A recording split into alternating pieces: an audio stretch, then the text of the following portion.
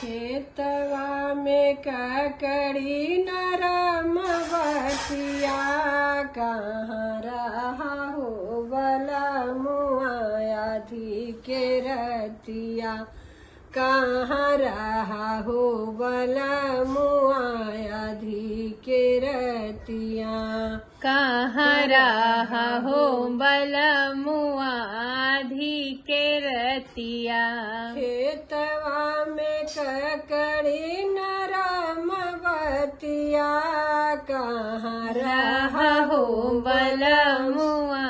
आधी के रतिया कहाँ रहा हो बलमुआ आधी के रतिया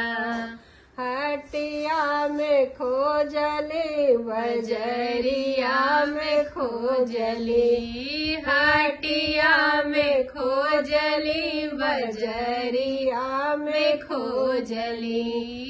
खोजी आई हम तो पड़ोसन खटिया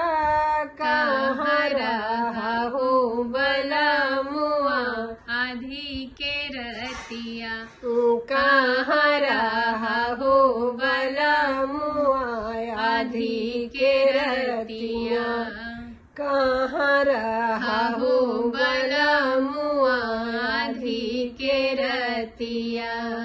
खेतवा में ककड़ी नरम बतिया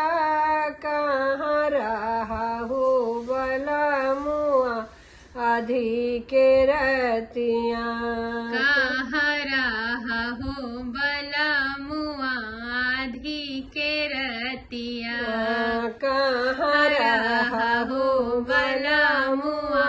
आधी के रतिया कहाँ रहा हो बलमुआ आधी के रतिया बगिया में खोजली बगीचा में खोजली बगिया में खोजली बगीचा में खोजली बगिया में खोजली बगीचा में खोजली खोजी आई हम तो खरिहान खटिया कहाँ रहा हो बलमुआ आधी के रतिया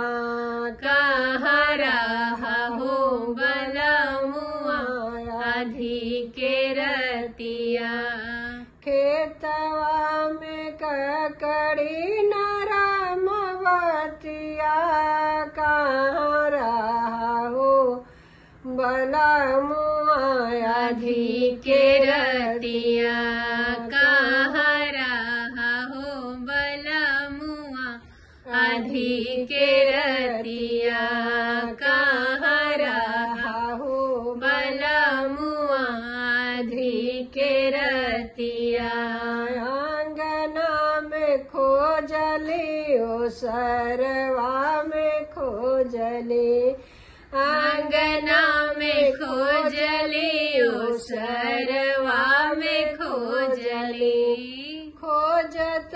खोजत बीत गई सारी रतिया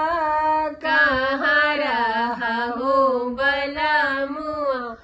आधी के रतिया कहाँ रहा हो बलमुआ